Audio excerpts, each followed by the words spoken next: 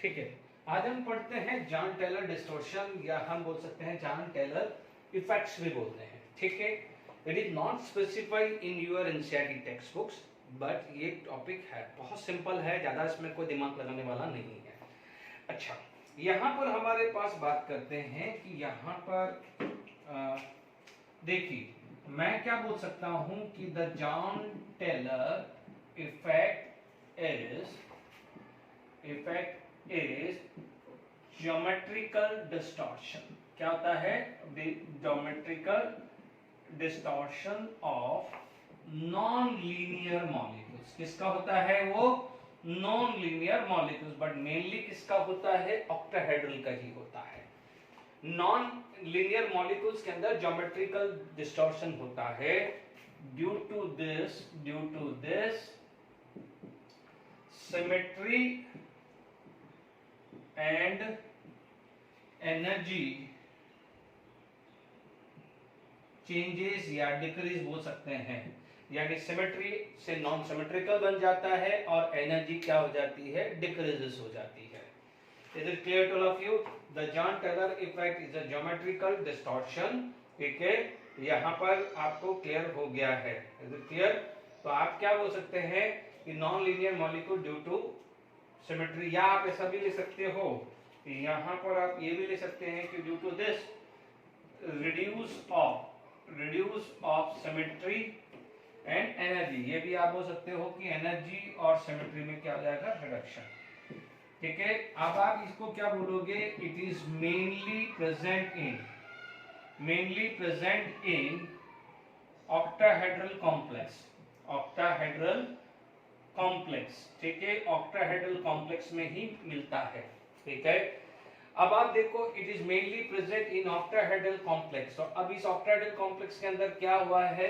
होता क्या है कि जो बॉन्ड लेंथ है, ये जो बॉन्ड लेंथ होता क्या है, आपके पास देखिए ऑक्टाहेड्रल कॉम्प्लेक्स के अंदर क्या होता है? लिगेंड इस टाइप से अरेंज होते हैं। ठीक है, ligand are arrange like this. ठीक है, एल एल एल एल, ठीक है, ये एल आ जाता है। This is the octahedral complex. ठीक है, आप यहाँ पर आप बात करेंगे तो मोस्टली क्या होगा कि या तो क्या है कि ये बॉन्ड लेंथ जो है, जैसे फॉर एग्जांपल ये ए है, ये ई मान लीजिए, ए इज ग्रेटर देन ई, क्योंकि स्क्वायर प्लेनर में हम क्या मान के, स्क्वायर बाय पिरामिडल में क्या है, हम क्या बोलते हैं? सब सेम होता है। ये चीज का याद रखिएगा। In square by pyramidal axial and equatorial same होता है, इसलिए अपन कहीं से भी देखो हर जगह से स्क्वायर बाय पिरामिडल मिलता है। तो ये चीज गलती मत करना। हाँ, if it is sp3d hybridization या sp3d3 hybridization होगा तो axial is greater then equatorial, वो चीज जस्टिफाइड है।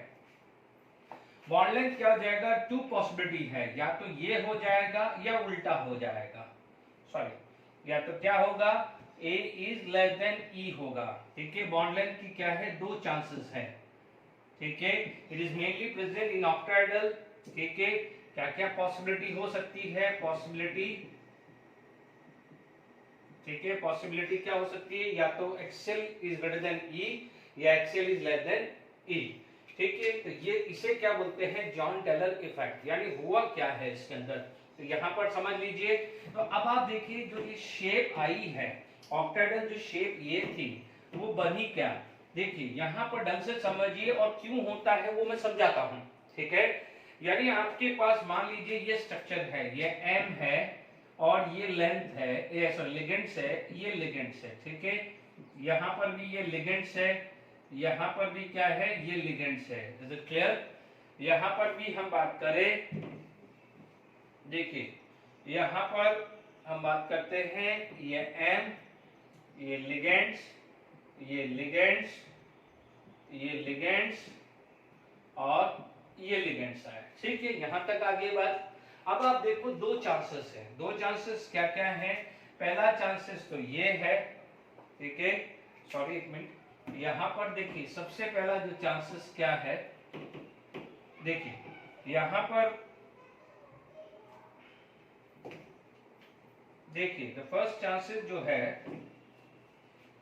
देखिए यहाँ पर क्या होगा? जैसे फॉर एग्जांपल ये मेटल है तो ये L आया, तो ये L आया, ठीक है। यानी या तो क्या होगा, ये छोटा हो जाएगा लेंथ या बड़ा हो जाएगा, ठीक है। यानी क्या हुआ है ढंग से समझिएगा, यहाँ पर ये आया L, ये आया है L, ये आया है L और ये आया है L, ठीक है। तो दो चांसेस है, या तो क्या हो जाएगा, यहाँ पर एक्सियल एलोंगेटेड हो जाएगा, ठीक है। यहाँ पर या तो क्या हो जाएगा, इक्वेटोरियल एलोंगेटेड होगा, दो टाइप होगा, है ना। यानी एक्सेल छोटा हुआ तो इक्वेटोरियल बढ़ गया, यानी यहाँ पर क्या हुआ, ये आया है, यहाँ पर क्या है, ए ग्रेटर देन ई हुआ है, यानी या तो ये बढ़ गया है या ये कम हो गया है। यानी ये कम हुआ है तो ये क्या हुआ है, बड़ा, यही हुआ ना, एक ही मतलब हुआ, या तो एक्सेल बढ़ गया है या इक्वेटोरियल बढ़ गया है, दो ही पॉसिबल है ना। तो इसको क्या बोलते हैं, इसका नाम क्या बोलते हैं कि एलोंगेटेड ऑक्टाहेड्रॉन या ऑक्टाहेड्रल भी हो सकते हैं, ऑक्टाहेड्रॉन भी हो सकते हैं या ऑक्टाहेड्रल भी हो सकते हैं। इसको आप क्या बोल सकते हैं, कंप्रेस, इसे क्या बोलेंगे, कंप्रेस ऑक्टाहेड्रॉन, कंप्रेस ऑक्टाहेड्रॉन, ठीक है। एलोंगेटेड ऑक्टाहेड्रॉन या कंप्रेस ऑक्टाहेड्रॉन, दोनों में से कुछ भी बोल सकते हैं। Is it clear to all of you, यानी ये चीज समझ में आनी चाहिए। अब क्यों होता है वो चीज समझ लीजिए, आसान है, ठीक है। तो ये पहले समझ में आ गया है, इसको ज्योमेट्री बोली जाएगी। अब आएगा रीजन कि ये क्यों होता है, ठीक है, और किसमें मिलता है। और ये ध्यान रखना है कि आपको सिर्फ और सिर्फ ऑक्टाहेड्रल में मिलता है। अच्छा, ये नीट में 2016 में पूछा गया है अभी तक, ठीक है। तो कई बार ये दिमाग में आती है कि जैसे नीट वाले बच्चे हैं कि एनसीईआरटी से एक्स्ट्रा पढ़ने की कहाँ जरूरत है। देखिए, मेरा एक सजेशन होता है, पढ़िए सब, बट जब एंड मॉन्केट पे आता है तो रिवीजन भी करिए, ठीक है। यानी उस पे सबसे ज्यादा फोकस होना चाहिए जो एनसीईआरटी टेक्स्ट बुक्स में होता है। I am talking about the NEET, जेडब्ल्यू मेंस में भी आप कुछ हद तक जा सकते हो, ठीक है। बट क्या होता है, जैसे अभी मैं बात करूं जैन टेलर की, it is not specified in this, but NEET में पूछा गया है। ऐसे ही ऑर्गेनिक में ब्रेड रूल है, ऐसे बहुत सारी चीजें आती है। तो उसमें क्या होता है, teacher will try to explain each and everything कि कुछ भी मिसिंग नहीं हो, ठीक है। बट फिर भी मैं बोल रहा हूं आपको एनसीईआरटी पहले करनी है, एनसीईआरटी में कोना कोना करना है, ठीक है। सब मेनली फोकस ऑन एनसीईआरटी, ठीक है। एडिशनल आप ध्यान रखिए। अब देखिए, रीजन यहां पर बात करें तो मिलता किसमें है, देखिए रीजन जो भी है और मिलता किसमें है वो भी समझ लीजिए। ये जनरली किसमें मिलता है, प्रेजेंट जो है वो कहां होता है, D4 किसमें, हाई स्पीन में मिलता है। D4 क्या है, हाई स्पीन में मिलता है, इज इट क्लियर। और किसमें मिलता है, D9 में मिलता है। D9 तो कोई सी भी स्पीन हो, लो या हाई, इस किसी में भी मिलता है। ये किसमें प्रेजेंट होता है। अब आप देख लीजिए, मैं ढंग से समझ लेता हूं। आप देखेंगे यहां पर मेरे पास एक ऑक्टाहेड्रल बनाता हूं, ठीक है। क्रिस्टल फील्ड थ्योरी का कितना बड़ा रोल है वो अब आप समझ लीजिए। क्रिस्टल फील्ड थ्योरी में ये क्या था, T2G था, ये EG था, ठीक है। अब मान लीजिए आपके पास क्या है, थोड़ा सा रिकॉल कर दीजिए कि जब लिगेंड अप्रोच करता है तो इलेक्ट्रॉन जो अलोंग द एक्सिस होते हैं उनको ज्यादा रिपल्शन मिलते हैं, दैट्स व्हाई ये एनर्जी लेवल हायर था, ये एनर्जी लोअर था। ये चीज हम क्रिस्टल फील्ड थ्योरी में बहुत डिटेल में पढ़ चुके हैं। अब मान लीजिए यहां पर ये क्या है, dxy yz, ये zx है, this is dx square minus y square and dz square, ठीक है। मान लीजिए मैं बात करता हूं जैसे D1, ठीक है। मान लीजिए D1 है, आप बोल रहे हैं कि सर इसी के अंदर ही क्यों मिल रहा है, D1 में क्यों नहीं मिल रहा। अब आप देखिए, इलेक्ट्रॉन मान लीजिए D1 में है, नो डाउट यदि आप बोलोगे कि इलेक्ट्रॉन यदि D1 में है तो लिगेंड फील कर रहा है, ठीक है। तो आप चीजों को समझिएगा कि दिस इज द स्ट्रक्चर। मान लीजिए आपके पास इस टाइप का है, लिगेंड यहां अप्रोच कर रहा है और इलेक्ट्रॉन यदि ये भी प्रेजेंट है तो ये इलेक्ट्रॉन तो यहां पर है, तो इसका डिस्टेंस बहुत ज्यादा है, ठीक है। तो आप देखेंगे कि यहाँ पर हो, यहाँ पर हो, यहाँ पर हो, तो मार्जिनल फर्क पड़ेगा, बट इतना सिग्निफिकेंट मैनर में नहीं पड़ता, तो हमें डिस्टॉर्शन देखने को मिले। मैं मना नहीं कर रहा हूं कि आप बोलोगे सर यहाँ पर है, यहाँ खाली है electron, if it is present in dxy, तो dxy के इलेक्ट्रॉन में ज्यादा रिपल्शन मिलेगा, इसके कंपेयर में इतना ज्यादा नहीं मिलता है, सिग्निफिकेंट नहीं मिलता है, बिकॉज लिगेंड यहाँ पर प्रेजेंट भी होगा तो हल्का फुल्का रिपल्शन होगा, तो इसका हम इग्नोर कर सकते हैं। तो इसलिए हम D1 को इग्नोर कर सकते हैं, D2 को इग्नोर कर सकते हैं, D3 को इग्नोर कर सकते हैं। ठीक है, तो D1, D2, D3 तो यहाँ तो मिलना है ही नहीं, क्योंकि आप देखेंगे यहाँ 2 भी हुआ तो हल्का सा रिपल्शन आया, इट इज नॉट सिग्निफिकेंटली। यदि D3 है तो D3 में यदि होगा तो सब में इक्वली रिपल्शन आएगा कि नहीं आएगा, इसीलिए यहाँ पर डिस्टॉर्शन का कोई रोल आता नहीं है। ठीक है, यदि आप देखेंगे D1, D2, D3 आया तो एनर्जी ये कम हुआ है। ठीक है, अब यहाँ पर आप देखेंगे D4, अब D4 आपके पास 2 चीज है, एक तो होती है लो स्पिन और D4 कौन सी होती है, हाई स्पिन। ठीक है, अब देखिए मैं एक काम करता हूं, दोनों यहाँ पर बता के सिखा देता हूं। ठीक है, प्लीज समझ लीजिएगा कि यहाँ पर आपके पास इस टाइप का स्ट्रक्चर है, लो स्पिन एंड हाई स्पिन। तो मैंने अभी आपको डायग्राम बनाया है, चीजों को समझिए। अब देखिए एक और डायग्राम बना देता हूं, ये मान लीजिए आपके पास this is along the axis, ये dx² - y² है, या मान लीजिए आपके पास ये dz² है। ठीक है, दिस इज dz², जो लिगेंड है वो आपके इधर है। ठीक है, लिगेंड यहाँ भी है। ठीक है, सिमिलरली लिगेंड यहाँ है और लिगेंड यहाँ भी है। तो अब आप देख लीजिए लिगेंड डायरेक्टली इधर है। तो अब आप देखिए सपोज मान लीजिए D4 क्या है, लो स्पिन है। ठीक है, यहाँ पर क्या हो जाएगा, D4 हाई स्पिन हुआ है, D4 हाई स्पिन की बात हुई, D4 लो स्पिन और D4 हाई स्पिन की बात हुई। अब आप देखो यहाँ पर भी मैंने ये तीनों कर दिया है। अब चीजों को समझिए, लो स्पिन में क्या होगा कि इलेक्ट्रॉन यहीं आएगा, तो वापस से वही हुआ है तो बहुत हल्का सा डिफरेंस आएगा, तो क्या हो जाएगा, not significant repulsion, not significant repulsion. But आप देखिएगा यहाँ पर इलेक्ट्रॉन आ गया, यानी इस जगह इलेक्ट्रॉन आ गया है, तो लिगेंड और इलेक्ट्रॉन के बीच में रिपल्शन अच्छा खासा दिखेगा। तो यहाँ पर क्या हो जाएगा, repulsion is very high, repulsion क्या हो जाएगा, वो हाई होगा। अब आप एक ही चीज का समझ लीजिए कि रिपल्शन क्या होगा, यहाँ पर बढ़ेगा, इसलिए यहाँ पर डिस्टॉर्शन दिखेगा। कब दिखेगा डिस्टॉर्शन, जब इलेक्ट्रॉन यहाँ जाएगा, इलेक्ट्रॉन यहाँ भी चला जाएगा, तो वही सिचुएशन है। अभी मैंने क्या कहा था कि बिटवीन द एक्सिस में उतना रिपल्शन नहीं दिखता है, because ligand between the axis दूर होता है।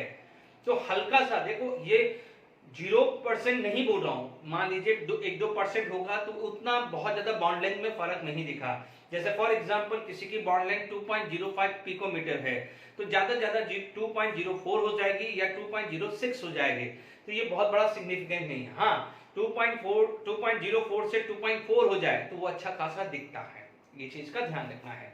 तो आप देख लीजिए इसमें क्या हुआ है, हाई स्पीड के अंदर आपको दिखा है। अब आप देखिए हाई स्पीड के अंदर दिखा है, तो पहले मैंने यहाँ हाई स्पीड लिखा, वो क्लियर हुआ। ठीक है, अब आप देख लीजिए कि मैं बात करूं, अब मान लीजिए D5 हुआ, यहाँ D5 हुआ, यहाँ D5 हुआ, तो अब आप देखो यहाँ पर तो कुछ फर्क ही नहीं पड़ रहा है।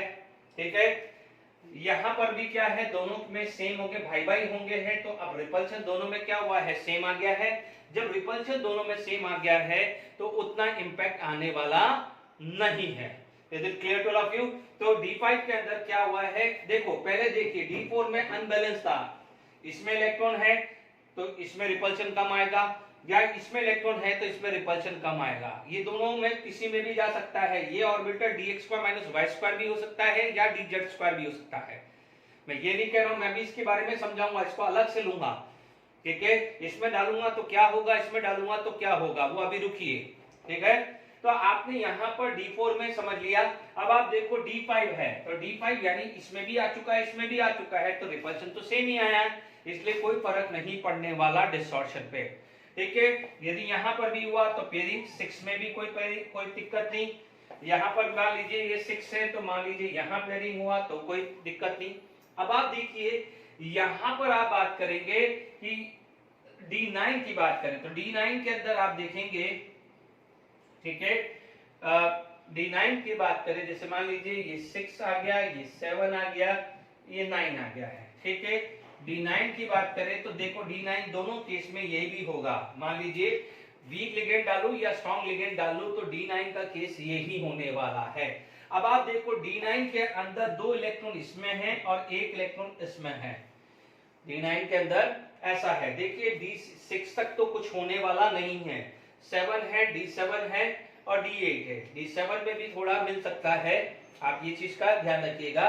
यदि D7 यदि लो स्पिन होगा तो दिखेगा, D7 है तो लो स्पिन होगा तो दिखेगा। ठीक है, D7 में लो स्पिन में दिखने वाला है। ठीक है, तो 1 बाय 1 लिख रहा हूं मैं, मेनली है मैं 1 बाय 1 क्या हुआ है तो D5 अपना कैंसिल हो गया है। ठीक है, मैं एक बार नोट ही कर लेता हूं तो सबसे बढ़िया आसान है, तो आपके लिए भी होगा कि कौन सी कंडीशन है। ठीक है, एक बार ये वापस से रब करके मैं लिख देता हूं।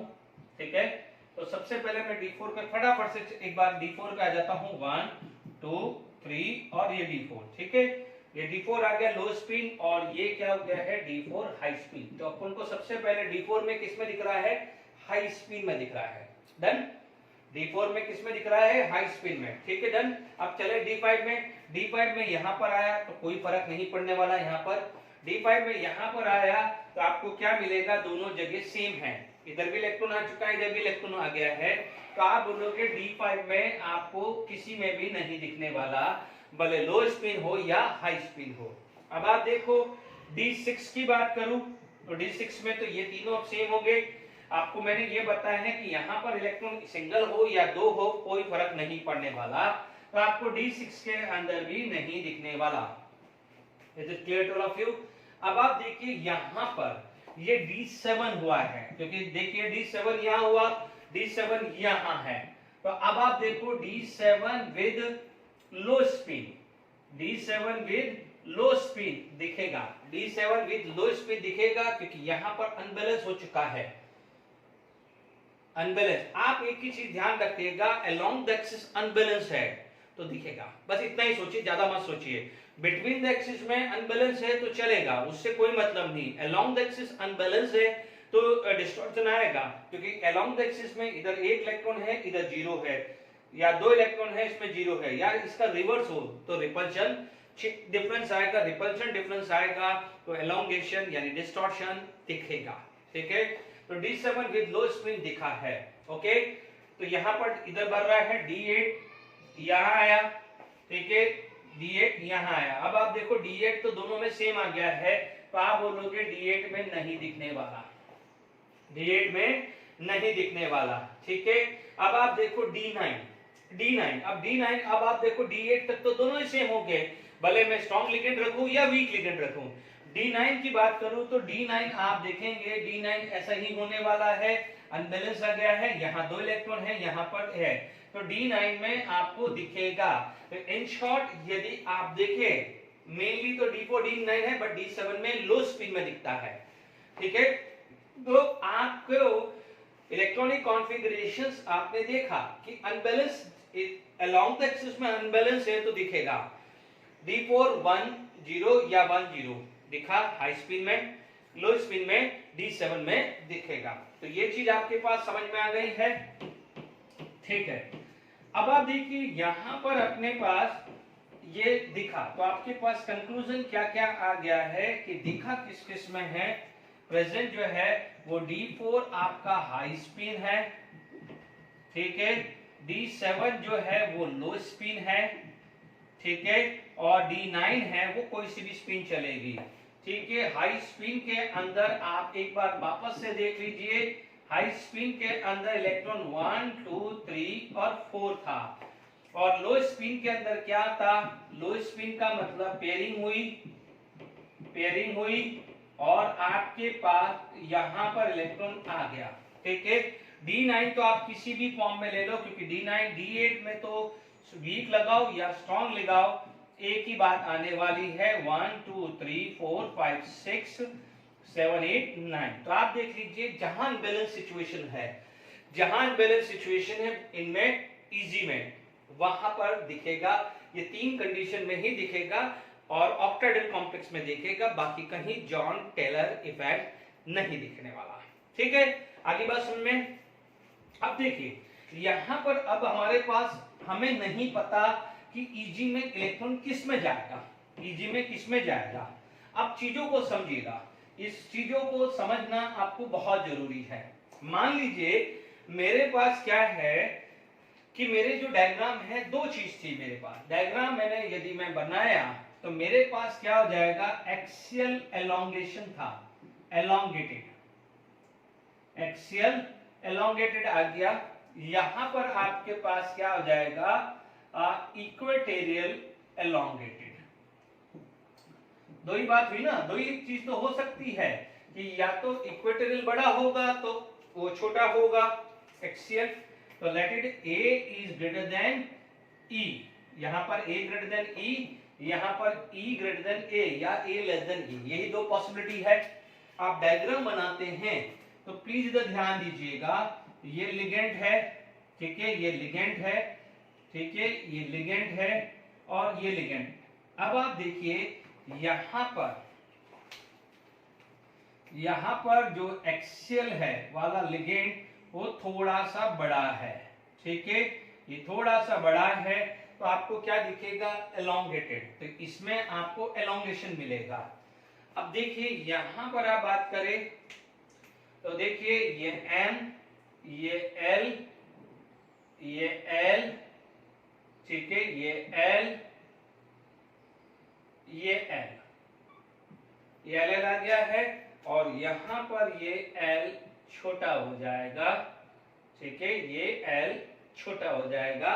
तो ये बात आ जाएगी आपका एलोंगेटेड ऑक्टाहेड्रन। ऑक्टाहेड्रन जो मैंने अभी समझाया था इसे क्या बोलेंगे, कंप्रेस ऑक्टाहेड्रन। अब समझो, अब समझो, ये चीज समझ में आ गया है कि डिफरेंस हुआ। अभी आप देखेंगे कि आपके पास दो सिचुएशन थी, ठीक है, ठीक है, ये कुछ भी हो, मेरे पास एक तो ये सिचुएशन थी और एक सिचुएशन ऐसे थी, ठीक है, ठीक है। मान लीजिए मैंने यहां पर ये भर दिया, ये एक, और ये मान लीजिए ये मैं बात कर रहा हूं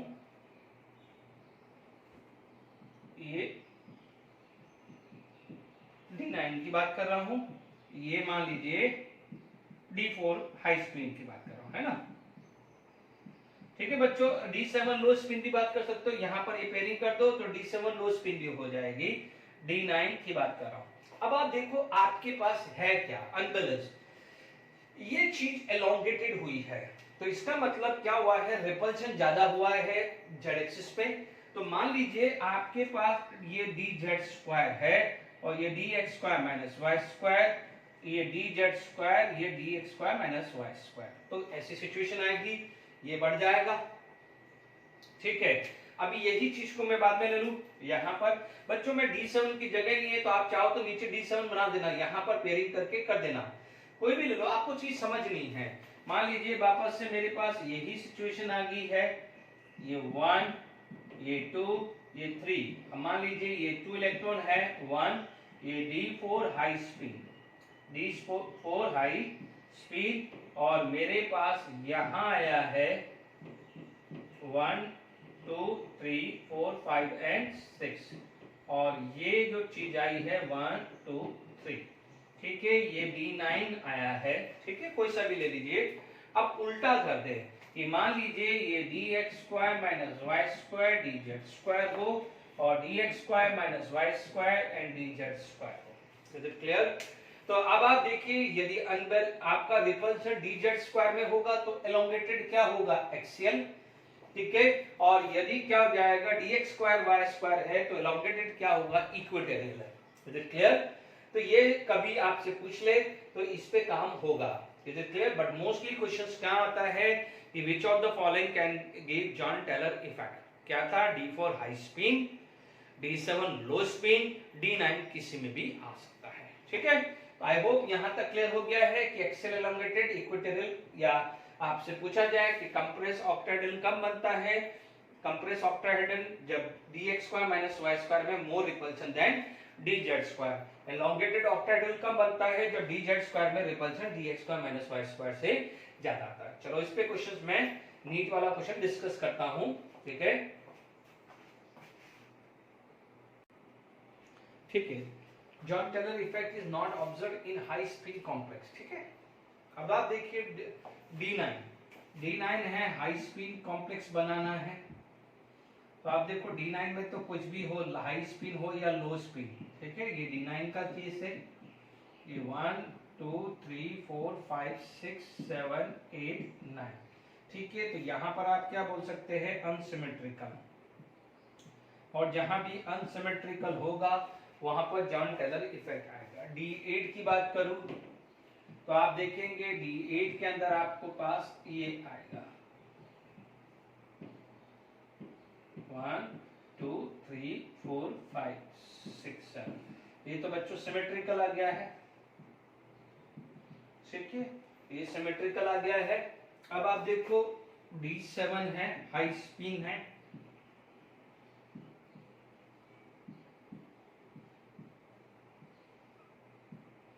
ठीक है, D7 हाई स्पिन है, यानी पहले 1 2 3 4 5 है ना, 6 7।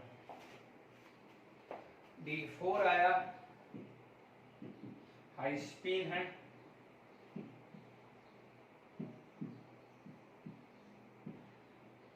1 2 3 4, ये क्या है, अनसिमेट्रिकल। ठीक है, चलिए ये भी अनसिमेट्रिकल ही है। ठीक है, देखिए इसमें क्या हुआ है कि देखो फिर तो अपना D8 टिक कर सकते हैं, क्योंकि ये सिमेट्रिकल अनसिमेट्रिकल अनसिमेट्रिकल। देखिए अपन ने क्या बोला है, इसको मना तो नहीं किया ना इस वाले को कि यहाँ पर रिपल्शन अनबैलेंस नहीं होगा, मना तो नहीं किया, बट इतना नहीं है कि आपको एक्चुअली ज्योमेट्री डिस्टॉर्शन गड़बड़ करेगा। ठीक है, तो इसीलिए अपन ने D7 में क्या लिखा था कि लो स्पिन के अंदर प्रॉपर्ली दिखेगा। लो स्पिन के अंदर क्या है, प्रॉपर्ली दिखता है, अच्छा खासा दिखता है। बट ठीक है, अभी अपने पास एक ही ऑप्शन है, D8 है, तो वी कैन टेक दिस। हम इसको मना नहीं कर रहा हूं, कोई बच्चा भी ध्यान रखेगा, सर आपने तो अभी मना किया, मैंने मना नहीं किया है। मैंने क्या कहा है कि उतना ज्यादा नहीं दिखता जितना D7 आपका लो स्पिन में दिखेगा। ये D7 हाई स्पिन है तो इसमें हल्का सा एलोंगेशन दिखेगा, बट उतना सिग्निफिकेंट नहीं है, तो अपना राइट आंसर क्या आ जाएगा, D8।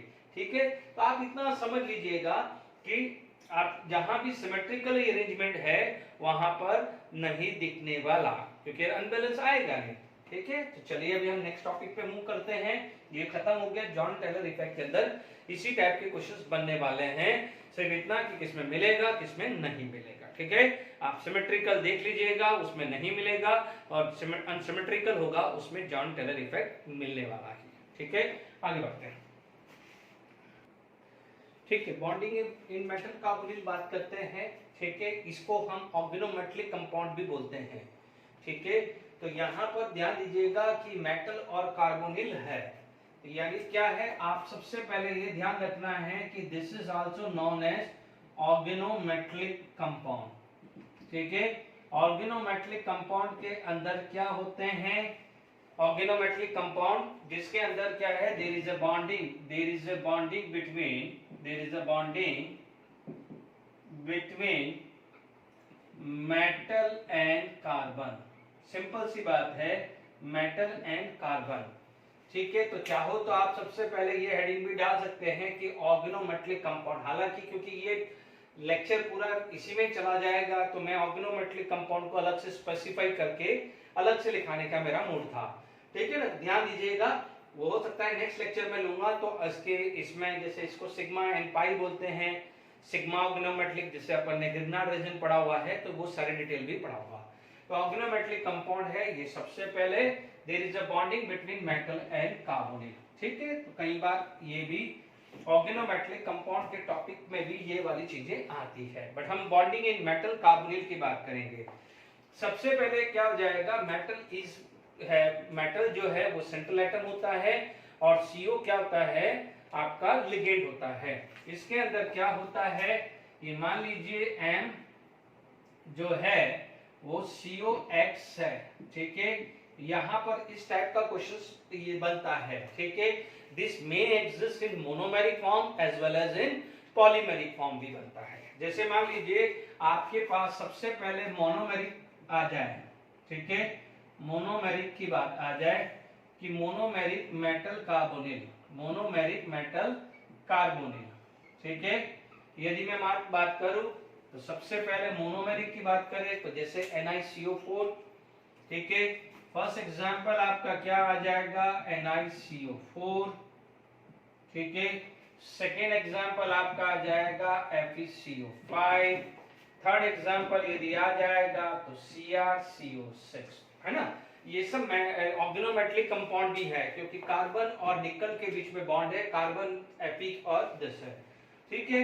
हालांकि मैं ऑर्गेनोमेटलिक अलग से भी ले लूंगा, ठीक है। Ni देखिए इसका हाइब्रिडाइजेशन क्या था आप लोगों को पता है, sp3 था, ठीक है। इसका जो हाइब्रिडाइजेशन DsP3 आता था। इसका हाइब्रिडाइजेशन हमें चेक करना पड़ेगा, मोस्ट प्रोबेबली क्रोमियम है, अभी हम चेक करते हैं, ठीक है। यहाँ पर आपके पास आ जाएगा carbon monoxide, tetrahedral geometry, tetrahedral geometry carbon monoxide, ये टेट्राहेड्रल है, ठीक है, पढ़ा हुआ है, ये ज्योमेट्री पढ़ा चुका हूं इसलिए टाइम नहीं खराब कर रहा हूं। ये FeCO5 है, तो ये FeCO5 में क्या होता है DsP2, ठीक है। तो ये आपके पास क्या आएगा, इसे बोलते हैं ट्राइगोनल बाइपिरामिडल, इसे बोलते हैं ट्राइगोनल बाइपिरामिडल ज्योमेट्री, ओके। अब आप देखो क्रोमियम CO6 की बात करें तो जो क्रोमियम है वो आता है 3d5 and 4s1, ठीक है। 3d5 मोस्ट प्रोबेबली इसके अंदर D2sp3 ही आने वाला है, वो ही लिख रहा है D2sp3, क्योंकि ये 4s का इलेक्ट्रॉन 3d6 बन जाएगा, क्या बन जाएगा 3d6 बन जाएगा, स्ट्रॉन्ग लिगेंड है तो D2sp3 आने वाला है, ठीक है। तो क्रोमियम का ऑक्टाहेड्रल बनेगा CO, ऑक्टाहेड्रल CO, ये CO, यहाँ पर CO, ये CO and this is CO octahedral, ठीक है। तो आप चेक कर लीजिए आपके पास मोनोमेरिक मेटल कार्बोनिल NiCO5 और FeCO5 CrCO6, इनके कंपाउंड भी हाइब्रिडाइजेशन भी मैंने समझा दिया। अब देखिए इसके बाद आपके पास आता है पॉलीमेरिक, ये पॉलीमेरिक पे बहुत बार क्वेश्चंस बने हुए हैं, ठीक है।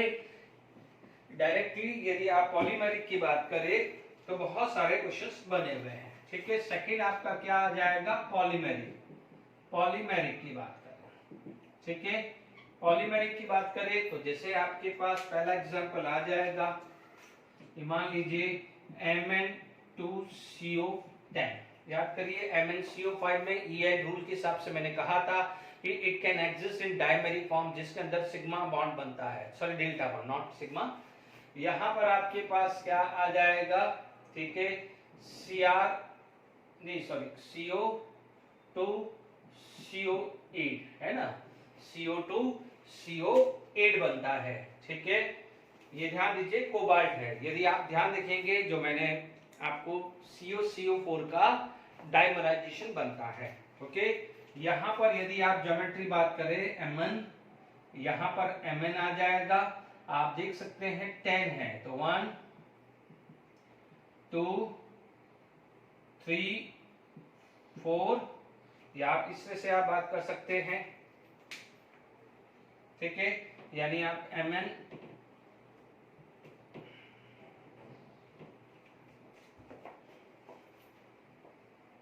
ठीक है, जैसे मान लीजिए ये CO 1 2 3, ये 4 CO आ गया है ना, ये 1, ये 2, ये 3 CO आ गया, ठीक है। यहाँ तक क्लियर हो गया है। फिर आप ये परपेंडिकुलर ले लीजिए, आप ये परपेंडिकुलर ले लीजिए, ये CO, ये CO, ये CO, ये CO, स्ट्रक्चर आ गया है Mn, ये आ गया है, this is the structure of this, okay. CO25 का क्या होगा, CO, ये कोबाल्ट है ना, नॉट दिस इज सी, ये कोबाल्ट है ना। तो यहाँ पर आपके पास पहले तो ब्रिज बॉन्डिंग बनेगी, ठीक है, ये ब्रिज बॉन्डिंग, ये ब्रिज बॉन्डिंग है ना। आप देखेंगे 1,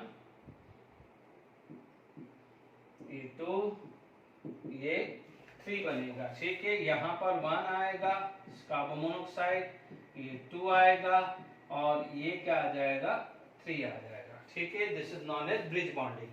ये जो है इसे ब्रिज बॉन्डिंग बोलेंगे, ये क्या होगा, ब्रिज बॉन्डिंग, ठीक है।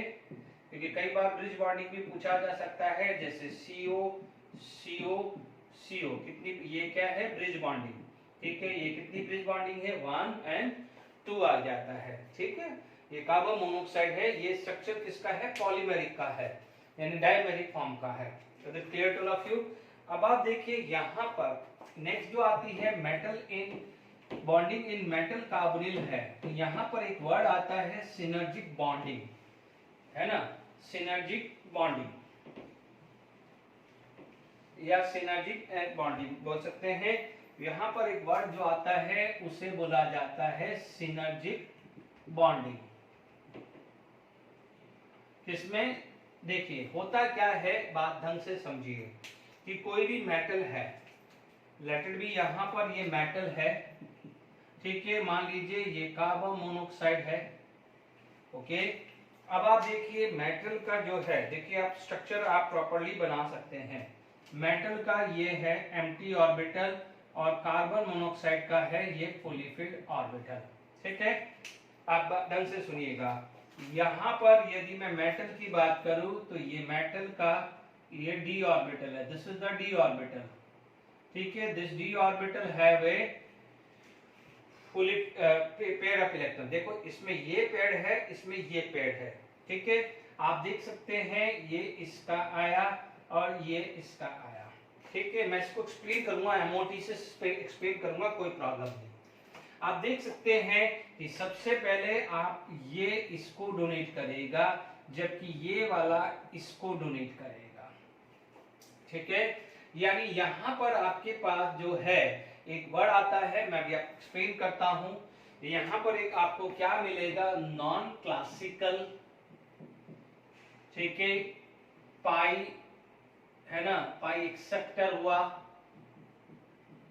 या पाई एसिड लिगेंड, इसे बोला जाता है, ठीक है। यानी इनको कार्बन मोनोऑक्साइड हुआ या CN- हुए, ये सब क्या है, कार्बन मोनोऑक्साइड हुआ या CN- हुए हैं, इन्हें नॉन क्लासिकल पाई एक्सेप्टर पाई दिया जाता है। इनका काम क्या होता है कि क्या है,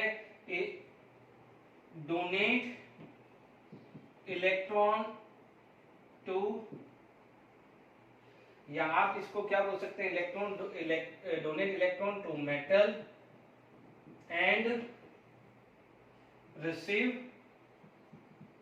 पाई इलेक्ट्रॉन फ्रॉम मेटल। बिल्कुल सिंपल लैंग्वेज यूज करी है मैंने, कोई इसमें टिपिकल टेक्सुअल लैंग्वेज नहीं हुआ है। अभी वो क्या कर रहा है, इलेक्ट्रॉन डोनेट कर रहा है, रिवर्स में क्या कर रहा है, ये पाई इलेक्ट्रॉन रिसीव कर रहा है, इसीलिए इसका नाम पाई एक्सेप्टर या pi acid, because electron acceptor is known as acid, ठीक है। यानी इसकी वजह से इसका नाम क्या है, पाई एक्सेप्टर या पाई एसिड लिगेंड भी बोला है। और वो एक नॉन क्लासिकल है, क्योंकि क्लासिकल लिगेंड का काम क्या होता है, इलेक्ट्रॉन डोनेट करना, जबकि ये क्या कर रहा है, डोनेट के साथ साथ एक्सेप्ट भी कर रहा है। क्यों कर रहा है उसका रीजन भी हम बात करेंगे, ठीक है। तो यहाँ पर देखिए इस टाइप की जो बॉन्डिंग है इसे क्या बोला जाता है, सिनर्जिक बॉन्डिंग। क्या बोला जाता है, सिनर्जिक बॉन्डिंग। बहुत इंपॉर्टेंट है और इजी है, इसको क्या बोला जाता है, सिनर्जिक बॉन्डिंग बोला जाता है। आई होप यहाँ तक क्लियर हो गया है। ये जितने भी मेटल कार्बोनिल है उसमें मिलता है, ठीक है। आप देखेंगे यहाँ पर आपको ये तो पता है, ये जो रेड वाला है वो क्या बन रहा है, this is going to be sigma bond, ठीक है। यानी आप ऐसा बोल सकते हैं कि यहाँ पर जो है दिस बॉन्ड बन रहा है, ठीक है। यानी इस टाइप का हुआ है, पहला बॉन्ड बना है सिग्मा, दूसरा बना है पाई, ठीक है। ये सिग्मा एंड पाई बना है, तो क्लियर। यानी ये चीज हुआ है ना कि ये सिग्मा तो ये पाई बॉन्ड हुआ है। तो यानी यहां पर क्या होता है कि यदि स्ट्रेंथ ऑफ एमसी बॉन्ड यदि इंक्रीज होती है तो स्ट्रेंथ ऑफ सीओ बॉन्ड, यानी ये स्ट्रांग होगा तो ये वीक होगा, या ये वीक होगा तो ये स्ट्रांग होगा, तो ये क्या हो जाता है, डिक्रीज होता है एंड वाइस वर्सा होता है। क्योंकि क्या होता है, ढंग से समझिएगा, ये क्यों होता है अभी समझा रहा हूं। जब ये बॉन्ड बनाने की कोशिश करेगा ये बॉन्ड ऑर्डर डिक्रीज होता है, यानी स्ट्रेंथ, यानी क्या होगा कि जितना ये स्ट्रांगली बॉन्ड बनाने की कोशिश करेगा, तो ध्यान से समझ लीजिए कि कार्बन की 4 वैलेंसी, ऐसा समझ लीजिए ना, कार्बन अपनी 4 वैलेंसी है, तो यदि जितना ये स्ट्रांगर बनाएगा तो यहाँ ट्रिपल बॉन्ड से डबल बॉन्ड की तरफ मूव करेगा, ठीक है। यानी एमसी बॉन्ड है, एमसी बॉन्ड क्या है, बॉन्ड ऑर्डर, मैं बहुत सिंपल तरीके से समझा रहा हूं। एमसी बॉन्ड जो है वो अपन जनरली क्या बोलते हैं, सिंगल बॉन्ड ऑर्डर 1 से किधर की तरफ शिफ्ट हो रहा है, 2 की तरफ शिफ्ट होने की कोशिश कर रहा है। जबकि सीओ बॉन्ड ऑर्डर है, सीओ का जो बॉन्ड ऑर्डर है वो क्या हो जाएगा, 3 से शिफ्ट होने की कोशिश कहां कर रहा है, 2 में कर रहा है। यानी जितना अच्छा ये बनेगा उतना इसका बॉन्ड ऑर्डर बढ़ेगा, यानी जितना ये स्ट्रॉन्गर बढ़ेगा तो उसका बॉन्ड ऑर्डर बढ़ेगा, इसका क्या हो जाएगा, बॉन्ड ऑर्डर कम हो जाएगा। बॉन्ड ऑर्डर बढ़ा तो बॉन्ड एनर्जी बढ़ेगी और बॉन्ड लेंथ कम हो जाएगी। कई बार क्वेश्चन बॉन्ड लेंथ पे भी पूछ सकता है, ठीक है। तो यहाँ पर बॉन्ड ऑर्डर बढ़ा तो बॉन्ड एनर्जी कम हुई, बट बॉन्ड लेंथ क्या होगी, बढ़ जाएगी। Is it clear? तो ये चीजों को ध्यान रखना है। इसका इफेक्ट क्या आता है, सिनर्जिक बॉन्ड का इफेक्ट क्या आता है, मैंने ये बताया, इस पे क्वेश्चंस बनेंगे, ठीक है। यानी ये जितना बात करेगा ये इसको देगा, तो यहां पर क्या होगा, इसकी साइड ओवरलैपिंग हो जाएगी, और ये होती है पाई स्टार। ये कौन सा आता है, पाई स्टार, यानी एबीएमओ, ठीक है। यानी ये एबीएमओ, तो ये क्या हो जाएगा, receive pi electron from the metal, ठीक है, ये मेटल से रिसीव करता है और ये डोनेट करता है। ये मैंने सिंपल लैंग्वेज यूज की है। अभी मैं आपको मॉलिक्यूलर ऑर्बिटल डायग्राम से जब एक्सप्लेन करूंगा तो ये डेफिनेशन पूरी बना सकते हो आप, जिसकी non classical and pi accept कर। तो आई होप समझ में आ गया होगा। यदि ये बॉन्ड बढ़ रहा है यानी ओवरलैपिंग अच्छी हो रही है, तो कार्बन की तो वैलेंसी 4 ही होगी। यानी ये देखो, ये सिग्मा बना, ठीक है, सिग्मा चलो छोड़ो। अब ये जो पाई बॉन्ड जितना अच्छा बनाएगा, कार्बन का ये बॉन्ड धीरे धीरे कम होगा, because carbon have a 4 valency due to absence of a 2d orbital. 4 से ऊपर आ जा ही नहीं सकता। बस उसी कंसेप्ट से चलिए। यदि ये जितना स्ट्रॉन्गर बनेगा उतना बॉन्ड ऑर्डर 1 से 2 की तरफ शिफ्ट होगा। तो जब ये 1 से 2 की तरफ शिफ्ट होगा तो ये वाला बॉन्ड ऑर्डर 3 से 2 जाएगा, ये 1 से 2 जाएगा तो ये 3 से 2 जाएगा। यानी इसका बॉन्ड ऑर्डर बढ़ा तो इसका बॉन्ड ऑर्डर कम हुआ, बॉन्ड ऑर्डर बढ़ा तो इसकी बॉन्ड स्ट्रेंथ या बॉन्ड एनर्जी बढ़ेगी, तो उसका इंपैक्ट यहां आएगा। बहुत सिंपल तरीके से कैलकुलेशंस है, ठीक है। तो ये ध्यान रखना है, इस पे क्वेश्चंस बनेंगे और मैं अभी एग्जांपल दूंगा, ठीक है। तो अब आप देखिए, मैं यहां पर मान लीजिए मैं कार्बन मोनोऑक्साइड की बात कर रहा हूं, ठीक है। जब मैं कार्बन मोनोऑक्साइड की बात करूं तो मैं मॉलिक्यूलर ऑर्बिटल डायग्राम बना रहा हूं। मॉलिक्यूलर ऑर्बिटल डायग्राम किसका, कार्बन मोनोऑक्साइड का, ठीक है, मॉलिक्यूलर ऑर्बिटल डायग्राम। अब आप देखिए, कई बार मैं बहुत सिंपल डायग्राम बना रहा हूं, कोई टिपिकल नहीं डायग्राम बना रहा हूं। अब मॉलिक्यूलर ऑर्बिटल डायग्राम में मैं सिर्फ 2p बना रहा हूं, 1s और 2s तो वैसे ही भरा होता है। मैं 2p की बात करूं, थोड़ा सा ऑक्सीजन नीचे होता है, आपको ये भी पता है, क्योंकि कार्बन का एनर्जी लेवल, जैसे मान लीजिए ये पूरा है, ये तो मैं नहीं बना रहा हूं, ये कार्बन है, ऑक्सीजन है, ऑक्सीजन में Z इफेक्ट ज्यादा होता है, इसलिए उसका एनर्जी लेवल क्या होता है, कम होता है, ठीक है। वो अपन मॉलिक्यूलर ऑर्बिटल डायग्राम में पढ़ चुके हैं, तो इसलिए कोई टेंशन वाली बात नहीं है। यहाँ पर आपके पास क्या था, CO, कार्बन कितना था 6, ऑक्सीजन कितना था 8। इसका मतलब हमने फंडा पढ़ा था I और M, I मतलब आइडेंटिकल। तो यहां पर आपके पास क्या आया है, देखिए ये चीज आ गई, ये चीज आ गई, ठीक है। यहां पर आपके पास क्या है, आइडेंटिकल का मतलब 1 2 1 2, यानी इसके अंदर इस टाइप की सिचुएशन ये आ रही है, ओके। अब आप देखिए, समझिएगा इस चीज को। कार्बन के पास कितने होते थे, ये 2p का बता रहा हूं बच्चों, आप 1s और 2s तो वैसे भी भरा हुआ है, उसकी बात नहीं करेंगे। ये 2p2 था, ये 2p4 था, इज इट क्लियर? ठीक है, मैंने 1:2 2:2 नहीं लिया, 2 और 2 दिस, तो ये पहले भर दो और ये भर दो। ये कितना हुआ है? 6 हुआ है। 1 2 3 4 5 6, सॉरी ये 2p4 था, मैं 2p6 कर दिया, ये भर चुका है। अब आप देखिए यहां पर आपके पास क्या है? पाई 2px, ये पाई 2py, ये क्या था? Sigma 2pz। ठीक है, तो ये वाला जो बॉन्ड है वो कौन सा है? Sigma 2pz। ठीक है, सिग्मा 2pz है जो डोनेट कर रहा है, इसलिए यहां पर ये जो बॉन्ड है उसको अपन ने सिग्मा बॉन्ड बनाया। एग्री? एग्री? इसको क्या बोलते हैं? यानी आप क्या बोलोगे कि देखिए इस चीज को समझिएगा, इसे अपन क्या बोलते हैं? इससे इसके नीचे सारे भरे हुए होते हैं, इसके नीचे क्या होते हैं? सारे भरे। मैं बना ही देता हूं आप लोगों को फटाफट से। आप बात करते हैं कि मान लीजिए 2s2 है, ये 2s2, ठीक है, तो यहां पर आपके पास ये भरा होता था, ठीक है, ये ऑक्सीजन का भी 2s2 होता था, ठीक है, ये भरा होता था, ठीक है, ये सिग्मा 2s और सिग्मा स्टार 2s, ठीक है, 1s में 2 इलेक्ट्रॉन थे, 1s, ये 2 इलेक्ट्रॉन, ओके, प्लीज थोड़ा सा फटाफट से करना है, इसलिए ये 1s, ये 2 इलेक्ट्रॉन, ये 2 इलेक्ट्रॉन, नीचे कार्बन है और ये ऑक्सीजन का है। ठीक है, तो अब आप देख लीजिए सब भरे हुए हैं, तो ये इसको क्या बोलते थे हम? Highest occupied molecular orbital theory, molecular HOMO बोलते थे, होमो। ठीक है, यानी हाईएस्ट ऑक्यूपाइड मॉलिक्यूलर ऑर्बिटल, यानी जो भी ऑक्यूपाइड है उसका हाईएस्ट एनर्जी लेवल है। ठीक है, इसको आप क्या बोलते थे? ल्यूमो। ल्यूमो का मतलब लीस्ट अनऑक्यूपाइड, क्योंकि इसके ऊपर सारे अनऑक्यूपाइड है, उसकी सबसे लोएस्ट एनर्जी ये है, इसके नीचे सारे ऑक्यूपाइड है तो उसकी हाईएस्ट एनर्जी। तो highest occupied molecular orbital, this is lowest unoccupied molecular orbital. तो ये जो चीज है ये क्या था? Pi star two p x, pi star two p y, ये क्या था? Sigma star two p z था। तो जो ये खाली ऑर्बिटल है वो कौन सा है? पाई स्टार का। ये खाली ऑर्बिटल कौन सा है? पाई स्टार का। यानी ये पाई 2px ले लो या पाई 2py ले लो, कोई भी एक होगा। तो समझ में आ गया है कि नहीं आया?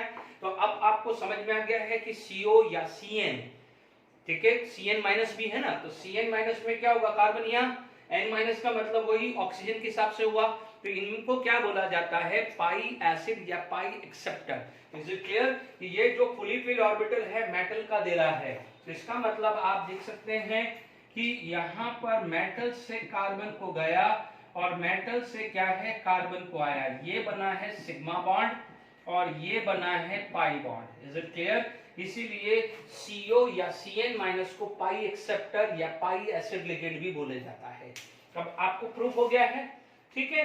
तो ये चीज समझ में आ गई है, ठीक है? ये डोनर था और ये एक्सेप्टर है, ये खाली ऑर्बिटल एक्सेप्टर था, ये भरा हुआ डोनर था। तो होमो ने डोनेट किया और ल्यूमो ने एक्सेप्ट किया है। Is it clear? क्योंकि साइड ओवरलैपिंग, पहला बॉन्ड सिग्मा बना तो सेकंड बॉन्ड क्या बनेगा? पाई, क्योंकि यहाँ साइड ओवरलैपिंग हो रही है, यहाँ एक्चुअल ओवरलैपिंग हो रही है। एक्चुअल ओवरलैपिंग के कारण सिग्मा बॉन्ड बना, साइड ओवरलैपिंग के कारण पाई बॉन्ड बना। एग्री हुआ कि नहीं हुआ? यानी दिस सिग्मा है तो ये क्या है? पाई, यानी this is purely coordinate covalent bond. तो ये क्या हो जाएगा? It is just like as a back bonding. तो बैक बॉन्डिंग क्या हो जाता है? वो पाई बॉन्ड की तरह ही वर्क करता है। तो ये चीज क्लियर हो गया। ये स्ट्रॉन्गर होगा तो ये वीक होगा, इफ इट इज स्ट्रॉन्गर तो ये weak, if it is weak तो ये स्ट्रॉन्गर होगा। दोनों ध्यान से, सॉरी उल्टा, यदि ये MC स्ट्रॉन्गर है तो CO वीक हो जाएगा। आई होप यहां तक समझ में आ गया है। अब चीजों को समझिएगा, आई होप यहां तक क्लियर हो गया है। तो पाई सिनर्जिक बॉन्ड भी समझ में आ गया, सिनर्जिक इफेक्ट भी क्लियर हो गया है। आपका कार्बन मोनोऑक्साइड ले लूं या CN माइनस ले लूं, इन्हें क्या बोलते हैं वो भी समझ में आ गया हो गया, क्योंकि molecular orbital diagram of CO and CN minus same ही आने वाला है। अब आप देखिए यहां पर मैं बात करूं तो देखिए यहां पर ये डोनर है, ये क्या है? डोनर। कौन सा? पाई की बात कर रहा हूं मैं, सिग्मा की कह रहा हूं, वो तो बन गया है, उसके छोड़ो।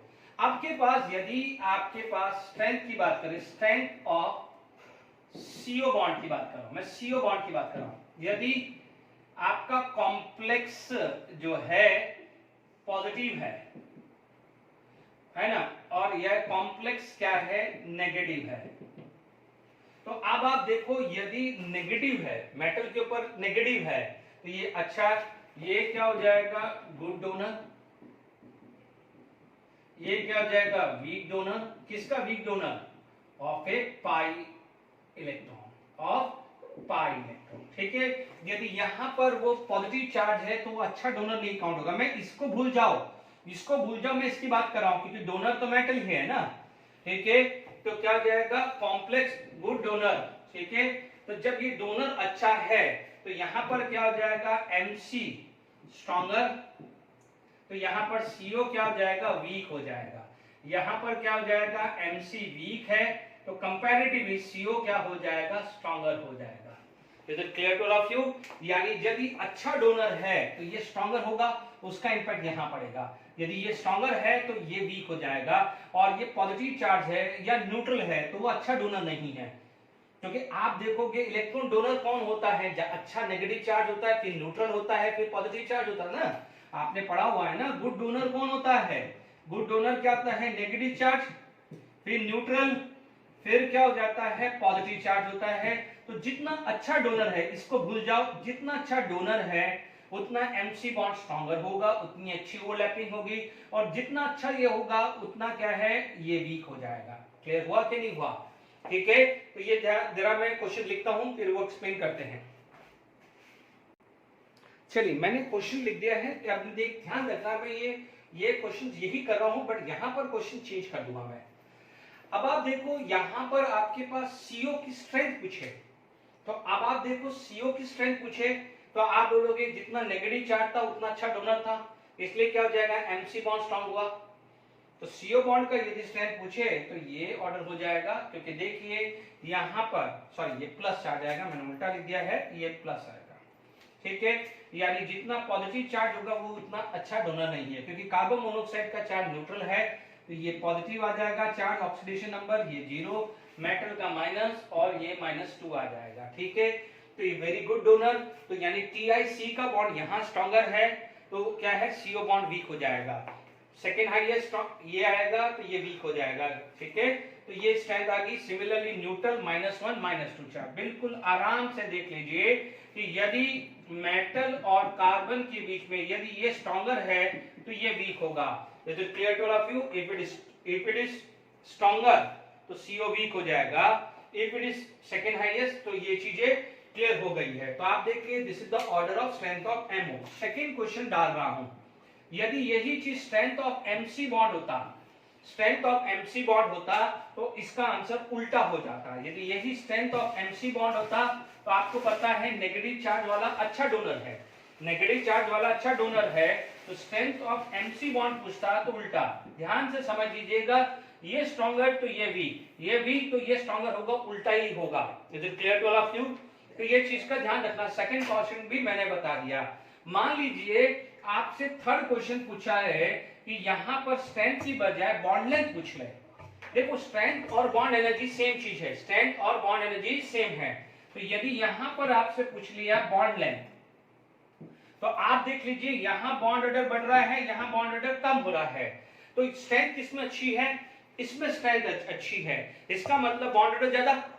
स्ट्रेंथ इसमें अच्छी तो इसका बॉन्ड ऑर्डर ज्यादा, बॉन्ड ऑर्डर ज्यादा का मतलब बॉन्ड लेंथ कम। तो बॉन्ड लेंथ ऑफ MC किसकी क्या होगी, जिसका स्ट्रेंथ ज्यादा होगा, जिसका स्ट्रेंथ ज्यादा होगा उसका बॉन्ड लेंथ कम होगा, ठीक है। इसका क्या हो जाएगा, जिसका स्ट्रेंथ ज्यादा होगा उसका बॉन्ड लेंथ कम होगा, क्योंकि देखिए स्ट्रेंथ ज्यादा होगा बॉन्ड ऑर्डर बढ़ेगा, बॉन्ड ऑर्डर बढ़ा तो बॉन्ड लेंथ कम हुआ, और यहां बॉन्ड ऑर्डर कम हुआ तो बॉन्ड लेंथ बढ़ेगा। तो यहां पर क्या है कि बॉन्ड लेंथ किसकी पूछ रहा हूं, MC की पूछ रहा हूं, तो MC की बॉन्ड ऑर्डर ये आएगा, क्योंकि ये बहुत अच्छे एडवांस लेवल के क्वेश्चन बनेंगे। मैं क्या बोल रहा हूं ढंग से सुन लीजिए, एक ही ट्रिक ध्यान रखिए, ये स्ट्रॉन्गर हुआ बॉन्ड ऑर्डर बढ़ा तो उसका इंपैक्ट यहां आएगा, और bond length is directly bond length is inversely proportional to bond order and bond energy directly proportional to bond order. तो आप इतना ही समझ लीजिए। अब यही चीज CO की आती है। बॉन्ड लेंथ चौथा क्वेश्चन है, 4 क्वेश्चन डिस्कस किए मैंने, बॉन्ड लेंथ ऑफ CO। तो अब आप देख लीजिए ये स्ट्रॉन्गर था, तो इसका मतलब स्ट्रॉन्गर था तो इसका बॉन्ड ऑर्डर कम होगा, बॉन्ड ऑर्डर कम होगा तो CO की बॉन्ड लेंथ का जो ऑर्डर है वो रिवर्स हो जाएगा। ठीक है, दिस इज द ऑर्डर। ये 4 क्वेश्चन मैंने इसी केस में मैंने डिस्कस कर लिए हैं। आप देख लीजिएगा जितना नेगेटिव चार्ज है उतना ये स्ट्रेंथ बढ़ेगा, यानी बॉन्ड ऑर्डर बढ़ेगा, बॉन्ड एनर्जी बढ़ेगी, बॉन्ड लेंथ कम हो जाएगी। ठीक है, उसका इंपैक्ट यहां पड़ेगा, बॉन्ड ऑर्डर कम होगा तो बॉन्ड लेंथ बढ़ जाएगी, बॉन्ड एनर्जी कम होगी। तो 4 टाइप के क्वेश्चन आएंगे, बॉन्ड स्ट्रेंथ या बॉन्ड ऑर्डर, बॉन्ड एनर्जी या बॉन्ड ऑर्डर। ठीक है, ये ध्यान रखिएगा। तो आई होप यहां तक समझ में आ गया है। ये 4 क्वेश्चन मैंने डिस्कस किया है, वापस से रिपीट कर रहा हूं। यदि MCO, ठीक है, MCO की बात करें तो ठीक है, आपके पास यदि मैं बात करूं ये बॉन्ड एनर्जी बढ़ी तो यहां बॉन्ड एनर्जी कम हुई, यदि ये बॉन्ड लेंथ एनर्जी बढ़ी तो बॉन्ड लेंथ कम हो जाएगी, तो यहां बॉन्ड लेंथ बढ़ जाएगी। बस सिर्फ ये चीज का ध्यान रखिएगा। तो ये बॉन्ड एनर्जी बॉन्ड लेंथ पे क्वेश्चंस पढ़ सकता है। एक 2 क्वेश्चन इस पे बनेंगे, 2 टाइप के क्वेश्चन इसके, बॉन्ड एनर्जी इसकी पूछी जा सकती, इसकी पूछी जा सकती, बॉन्ड लेंथ इसकी पूछी जा सकती, इसकी पूछी जा सकती। तो ये 4 टाइप के क्वेश्चन होगा, ये ध्यान से समझ लीजिए, मैंने आपको समझा दिया है। एक आध प्रीवियस ईयर के क्वेश्चंस भी देख लेते हैं। ओके, देख लीजिए क्वेश्चंस है प्रीवियस ईयर के questions. The number of A bridging CO ligands and this, यानी अभी जो टॉपिक मैंने पढ़ाया है उस पे बेस है। जॉन टेलर पे 1-2 का क्वेश्चंस बना हुआ है, इस पे भी बहुत सारे अच्छे क्वेश्चंस है, बट टाइम के हिसाब से मैं 2 क्वेश्चन डिस्कस कर रहा हूं, बाकी क्वेश्चंस नेक्स्ट क्लास में बात करूंगा। ठीक है, नंबर ऑफ, देखो अभी अपन ने स्ट्रक्चर जो बनाया था वो क्या स्ट्रक्चर था, आप ध्यान दीजिए, कार्बन मोनोऑक्साइड का। देखिए यहां पर this is the structure of CO, ये ब्रिज बॉन्डिंग था। ठीक है, मान लीजिए मैंने ये CO लिखा, ये ब्रिज बॉन्डिंग, ये CO लिखा, ये ब्रिज बॉन्डिंग, 1 2 3, 1 2 3। एनसीईआरटी बुक में ही है, एनसीईआरटी बुक में है। पूछा कितना है आपके पास, ब्रिज बॉन्डिंग कितनी है, तो 1 और 2 ब्रिज बॉन्डिंग है, और CO बॉन्ड कितने हैं, 1 है, तो आंसर कितना आ जाएगा 2 and 1। देख लीजिए कितना सिंपल है, 2 and 1।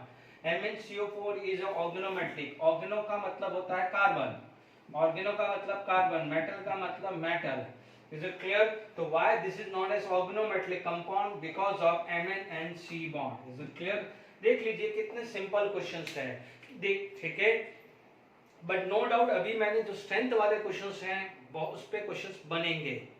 ठीक है, तो मैंने 4 क्वेश्चन 5 क्वेश्चन तो स्ट्रेंथ वाले पे बता दिया है। पूछा जा सकता है विच of the following have a highest MC energy या CO एनर्जी, या MC बॉन्ड लेंथ किसकी ज्यादा है या CO बॉन्ड लेंथ किसकी ज्यादा है। एक ट्रिक लगानी है, स्ट्रेंथ नेगेटिवली चार्ज जितना ज्यादा होगा M से स्ट्रेंथ ज्यादा होगा। इसीलिए मैं फटाफट से आपको ये जो लेक्चर है इसको माइंड अप करता हूँ, एक बार थोड़ा सा उसका बता देता हूँ, बाकी इसके ऊपर बेस क्वेश्चन मैं डिस्कस करूंगा, बेफिक्र रहिए।